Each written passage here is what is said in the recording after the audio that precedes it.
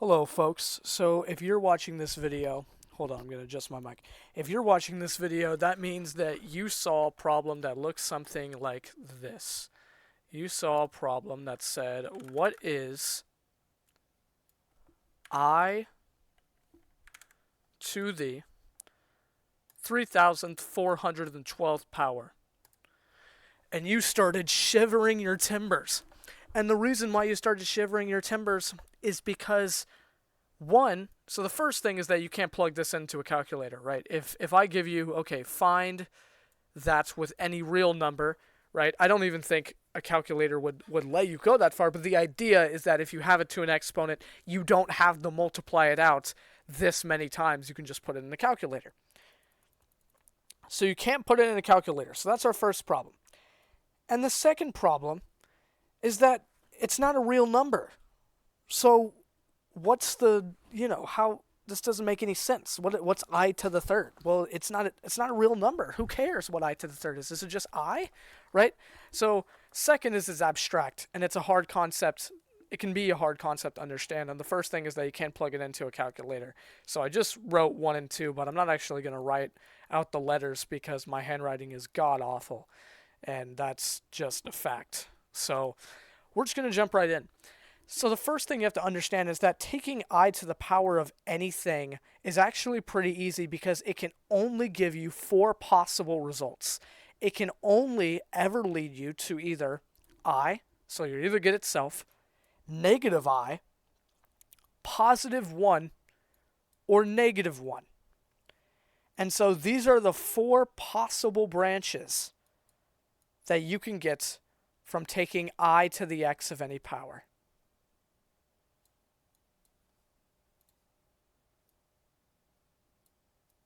And I'll draw some little arrows here. So now we have a nice graph, right? And so you might say, well, what's the reason for this? Before I explain the direct reason using I'm going to explain the reason using real numbers. So let's take 2, for example. 2's kind of been my guinea pig number. Let's say you have 2 multiplied by 2. Well, that equals 4. 4 multiplied by 2 is the same thing as 2 multiplied by 2 multiplied by 2, which equals 8. So this equals 8, right? Then similarly, 8 multiplied by 2 is going to equal 2 to the 4th because it's the same thing as 2 multiplied by 2 multiplied by 2 multiplied by 2, right? And so that equals 16. And you'll say, okay, this is all very obvious to me, very intuitive, right? Of course, 2 times 2 times 2 is the same thing as 4 times 2, right? Because you can just multiply them.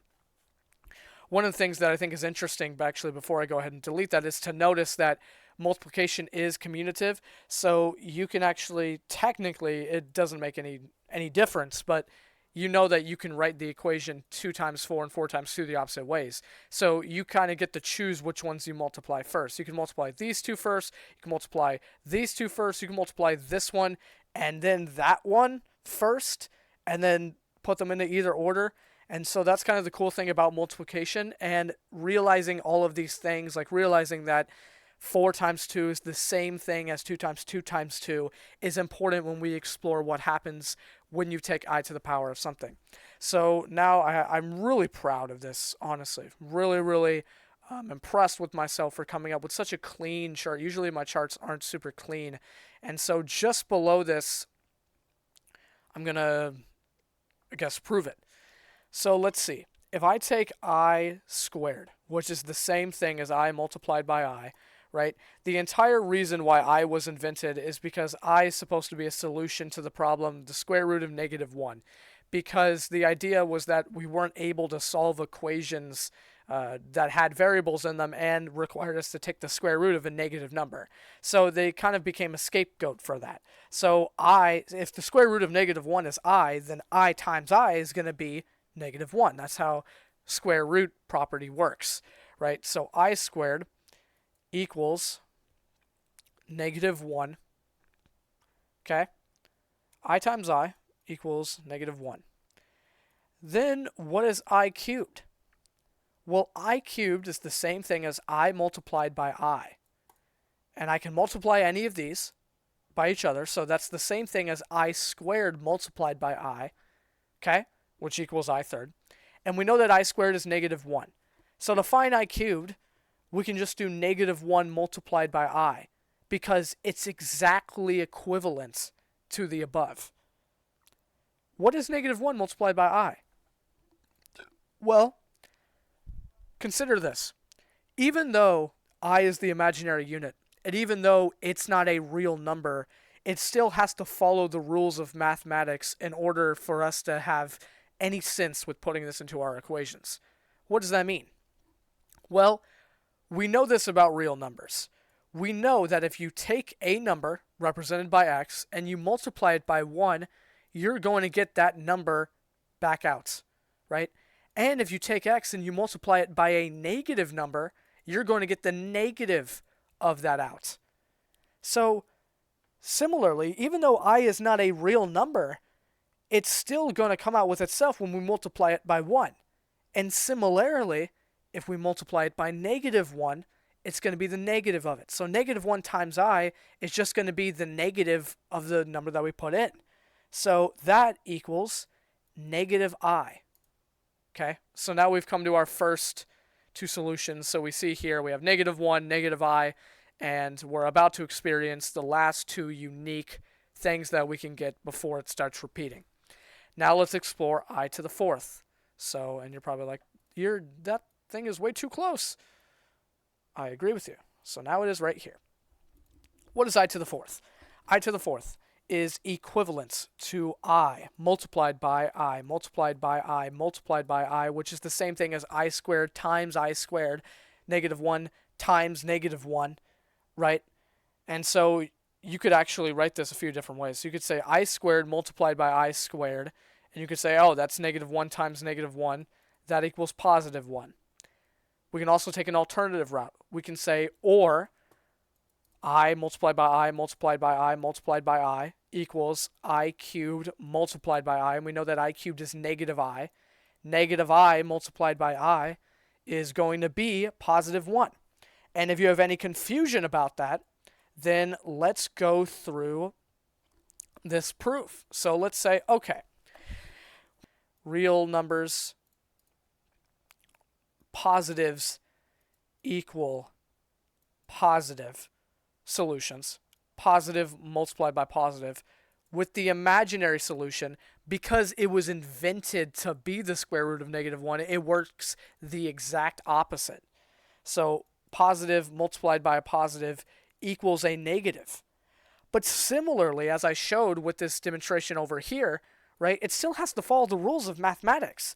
So we know that with real numbers, if we take -t multiplied by t, we're going to get a negative output. And similarly here, if we take -t multiplied by t and it's imaginary, we get a positive output because it's going to flip.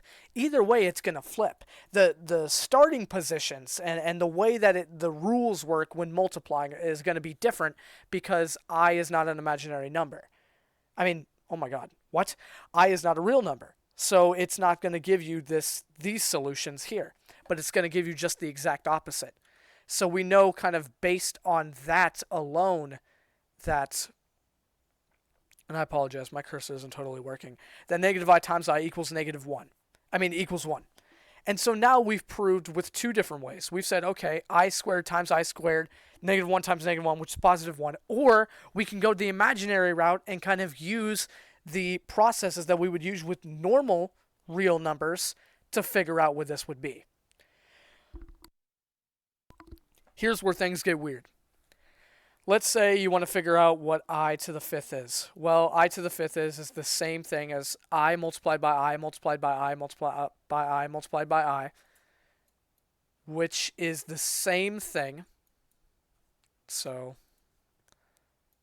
I multiplied by I multiplied by I multiplied by I multiplied by I, which is the same thing as, you could say, you could combine this any number of ways. You could say I⁴ multiplied by I² times I² times I, right? I³ times I². So you could go in all those directions, and you're going to get the same responses either way. But for simplicity's sakes, we'll just do I⁴ multiplied by I, right? Because it's the exact same thing. And we know that I⁴ is equivalent to 1. So 1 multiplied by I is equal to I to the 5th power, right? So similarly, right, it seems like we're making a big jump. It seems like we're saying something that isn't true, but we're simply just following the rules of mathematics. And what's 1 times any number? That number itself. 1 times I is I, which means I to the 4th times I is I, which means I times I times I times I times I is I, which means I to the 5th equals I. And guess what? Guess what happens when you take I to the 6th? What are you doing? You're doing I multiplied by I. We already did that over here to figure out what I² is. And it repeats. And so if you don't believe me that it repeats, now what I'm going to do is I'm going to show you a step further. So I'm going to go to I⁴ I⁴ I⁸ and I⁹ and we'll look at how it repeats. And you might be a little confused because you might see something where it's like I equals I, and then I², I⁴, I⁴, then I⁵ it repeats. And that's also true too. In this case, we're separating it as in 2 to 5 and then 6 to 9, but it's the exact same concept. So, okay, let's do that down here. So let's say, what is I to the 6th power? Well, we know that that's the same as I multiplied by I multiplied by I multiplied by I multiplied by I multiplied by I, right? That sounded very robotic. Which is the same thing as I to the 5th multiplied by I, which is the same thing as I, because we figured out that I to the 5th is equal to I, which is the same thing as I multiplied by I, which is the same thing as -1. And as you recall, -1 is also equal to I². And so what you'll find is that -1 is equal to I² and I⁶ and I to the 10th and I to the 14th. And so on, so on, so on. Now let's do I to the 7th. Let's figure out what I to the 7th is, right? Well, I to the 7th is the same thing as I multiplied by itself 7 times. So we do that and we say, okay, that's the same thing as I to the 6th multiplied by I. And once again, you could divide this any way you wanted to. I³ times I³ times I² times I to the 4th times I, whatever. Does not matter. It's going to give you the exact same output. It means the exact same thing, right? I⁴ multiplied by I. And we know that I to the 6th is equal to -1. So we get -1 multiplied by I, which equals, like we defined in the above property, right? Any number multiplied by -1 is going to be the negative of that number. So -1 times I is -I. And as you'll recall, -I is also I³. So now we have another funny thing where -I is equal to I³ and then I to the 7th. And it turns out if you were to repeat this process forever, it would also be equal to I to the 11th, I to the 15th, and so on and so forth for infinity. Now let's do I to the 8th. And at this point, you're probably like, okay, I get it. It's I multiplied by itself. We can just write that as I to the 7th multiplied by I. I to the 7th multiplied by I. Same thing as -I multiplied by I, which we already went through the logic above of how that's going to equal +1, right? And so similarly, once again, you're going to figure out that 1 is equal to I to the 4th, I to the 8th, and if you were to do this forever, it would repeat again. I to the 12th, I to the 16th, and so on, so on, right? We do I to the 9th. This is going to be a huge shocker. You ready? I to the 8th, and that's sarcasm, by the way. I to the 8th multiplied by I. Same thing as 1 multiplied by I, which equals I. So now we have I to the 9th equals I. So now I is equivalent to I to the 5th, and I to the 9th, and we've proved that. And the pattern is going to keep repeating forever. I to the 13th, because it's the same logic, right? You could say I to the 13th is the same thing as I to the 12th multiplied by I, and I to the 12th multiplied by I is going to be the same thing as I to the 8th multiplied by I, which is the same thing as I to the 4th multiplied by I. So it ends up being the exact same problem with the exact same values over and over and over again. Okay, so now we have the original problem that we started with. So our original problem was, how can we figure out something like this knowing the cycle? So now we know the cycle, now we know how it works, right? So if I ask you to find I to the 5th, you would know that that's just equal to I, right? Or if I ask you to find I to the 6th, you know that's I squared. But what happens when we actually have to do some math? Well, the thing that I think about is this. Because it takes 4 multiplications of I for it to repeat itself, we can find equivalent powers of I, or I to the power of x's that are equivalent to each other by multiplying the exponents, not multiplying, by adding the exponents by 4. So for example, we can add, for I squared, we can add the exponent by 4, and we'll get I6, then you'll find that I6 is equal to I squared. Right? And so similarly, I third, if you add 4 to that, you'll get I to the 7th, which will be equal to I to the 3rd, and so on and so on. And so now it's kind of a game of figuring out, okay, which of these can I add 4 to and eventually reach this number? And there should only be one solution. And so you'll probably be like, really? So now you want me to add 4? So instead of just multiplying by I that many times, now you want me to do 4? This seems super tedious. Well, 4 plus 4 is the same thing as if we added the 4 twice. And we know that 4 plus 4 is 8. So we can say, okay, what's I squared plus 8? And you get I to the 10th. And those are equal to each other because that's the same thing as doing I squared plus 4, right? And if you just do that, that is the same thing as I to the 6 plus 4. So let's just use some bigger numbers that are multiples of 4. So the thing that I'm thinking about is I'm thinking, okay, 4 times 100 is 400. So if we want to quickly figure out what this is going to be, let's just add 400 a few times to all of our unique I powers until we get an answer.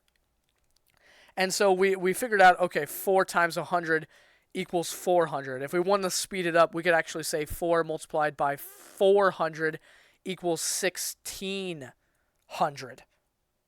So we could do something crazy like that. So let's go ahead and do that. So I to the 1st power added to that. So that's I to the 6th, right? So now we have I. So that's equal to I to the 1st. Equal to I to the 2nd. 1603 is equal to I to the 3rd. And I 1604 is equal to I to the 4th. Now we can continually add this by 4, and we can say, okay, let's add this again by 1600. And so now you get 3201, 3202, 3203, and 3204. And so now we know as bigger numbers what each of these i's, what all the smaller i's are going to be equal to. So we know that I to the 1st is equal to this, I to the 2nd is equal to that, yada, yada, yada, right? Now we're just going to add it by a tiny bit because we're almost there, and so we don't want to push it, too hard or anything. So let's add each of them by 208, okay? Because we know that 208 is a multiple of 4. So if we were to continually add 4 for infinity, 4 plus 4 plus 4 would be the same thing as 4 times 3. And so since 208 is a multiple of 4, you can divide it by 4 and get something out of it. We can just add 208 to these and get something. So 3201 plus 208 is equal to 3,409, which is equal to I to the 1st power. Then, if we do the same thing, just increase this value by 1, add that by 208, we get, okay, I 3,410 equals I squared. Then we do the same thing for the other one, so that becomes 3,203 added to 208. So that's just one more. 3411 equals I to the 3rd. And then we have I to the power that we want equals I to the fourth. So now we've simplified this. Now we've figured out that I to the 3,412 is equal to I to the fourth. So this question is the exact same as if it asked, what is I to the fourth? And we know what I to the fourth is. I to the fourth is I squared plus oh my God, sorry. I'm trying to go fast here. I'm just stumbling over myself. Let me take a breather. Okay. So, it's the same thing. And we know that I to the fourth, we already defined that. We already defined that over here. We already said, okay, I to the fourth is equal to 1. And so now we can say, okay, if we wanted to prove that, so if we didn't remember our continuous loop chart, we could say that's I squared plus I squared, or I guess times I squared, which is the same thing as -1 multiplied by -1, which is equal to 1. So the answer to the original question, what is I to the 3,412th power, is that is equivalent to the number 1. And so there you go, folks. I hope you guys enjoyed this video. I hope you learned something. For a quick overview, we'll just go over everything that we did. So the first thing is we defined that I to the power of something can only give 4 possible outputs. We proved that by showing that after a while, after 4 multiples of I, it repeats, right? Then we figured out how to solve the problem of something like what is I to 3,412 by just doing it by adding multiples of 4, very, very large multiples of 4 to each I and figuring it out from there. If you have any questions, please let me know in the comments. I'm happy to answer them. I hope this helps you. I'll see you in the next one. Bye.